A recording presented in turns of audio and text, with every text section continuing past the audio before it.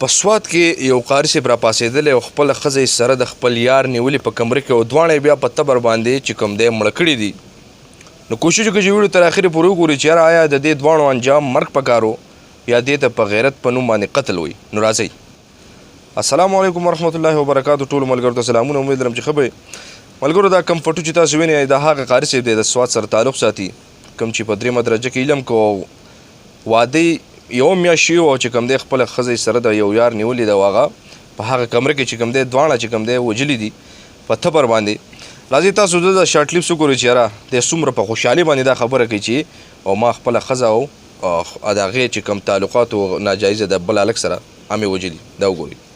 په تبرګۍ مې گزار کوم چې په هغه ټایم یې بس لږې بس د الله پاک مینه راغله په څو مې تمبوله دي. زړه خو الحمدلله خفه نه دی، زړه ښه خوشحاله دی چې لکه څه شوي دي نو بس ښه شوي دي. او چې لکه په ما یو زه مړه کېدم یا هغه مړه شو نو زه الله پاک بچ کړم. هغوی مړه شو په درېیمه درجه کې سبق وایم جي د علم کې د خیره ماشاءالله ده راته ووایي قاري صاحب بېګا چې کوم واقع شوی ده څومره خفه دی وسو نو زړه خو الحمدلله. دا ویډیو به یقینا تاسو کتلې ډېره زیاته وایرل ویډیو د فیسبوک په پیج باندې او ډېر خلک چې کوم دی په دې قاري صاحب باندې افرین هم وایي چې یاره دا دې ډېر د یو غیرت کار کړی دی. نو بالکل دا یو داسې کار کړی دی چې یاره زه یم دا چې ته اسلامي قانون په دې پاکستان کې نو دی به بیا بري خو چونکې بهرحال د خپل قانون هغه وخت مطابق سزا به تېرې بهرحال ځکه چې قتل یې کړی دی دوه خو دا داسې یو قتل دی چې یاره دا د غیرت په نوم باندې قتل کړی دی چې یاره په یو ستا په کمره کې او موږ دا ورو چې یاره د کور چاردیوالۍ ته یو کس کله رادن نه شي نو په هغه باندې که ته ګزار څه کوې یا قتل وکړې نو دا ستا نه څوک تپوس نه شي کولی. نو بالکل صحیح خبره کړې ده. او بیا چې یو کس ستا په کور والا پسې یعنې ستا په ښځه پسې الله ما که کمرې ته راشي نو د هغې انجام به بیا ما ته ووایه چې یاره څه پکار دی. نو یقین وکړئ چې یاره د دې قاري صاحب زموږ دا واورېدو د خولې نه به د انټرویو کې به تاسو کتلي مي په فیسبوک په پیج باندې په پاڼه باندې چې یاره د ده د واده موږ اورو چې یاره یو میاشت وشوه. نو په دې کې ډېر د ټولو نه غټه غلطي چې کوم دی د دغې جینۍ ده. ټوله غلطي د دغې جینۍ ده چې یاره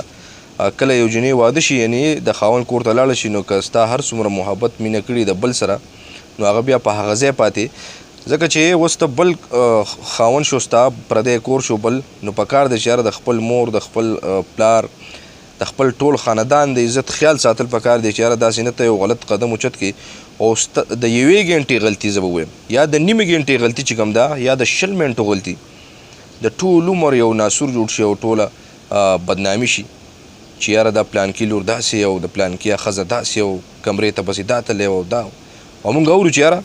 د دې جینۍ او د مور دی وغیره دا چې کوم دی د تره زامن خپلو کې مطلب خاندان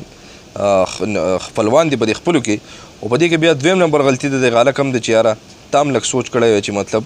دا کم چې مړ شو چې یاره یو جینۍ واده شوي ده چې ته یې پوه کړې چې یاره نه څنګه چې یو خبره کېږي چې یاره د یو لاسه پړق نه خېږي نو دا دواړه د یو بل سره جوړ بالغ غلطیانې د دواړو دي. دې قاري صاحب ته هېڅ ګناه نشته ځکه زه به یم چې هر انسان دی په خپل ځان راولي چې یاره په یو کمره کې د خپلې ښځې سره ته یو سړی ونیسي وګوري نو چې ستا کیفیت پسې ستا احساسات پسې چې ته به هغه ټیم باندې څه وکړي. ملګرو کومو ملګرو چې زموږ چینل یې سبسکرایب کړی باچا افیشل سبسکرایب کړئ او بېل آیکن سره پریس کړئ د ښایستې ویډیوګانو لپاره. اوس تاسو راته کمنټس کې ووایئ چې یاره دا دې قاري صاحب ښه کړي دي چې دا ښځه او دا کوم یار چې په کمره کې وجلې او که بد ستاسو د کمنټس په انتظار وي.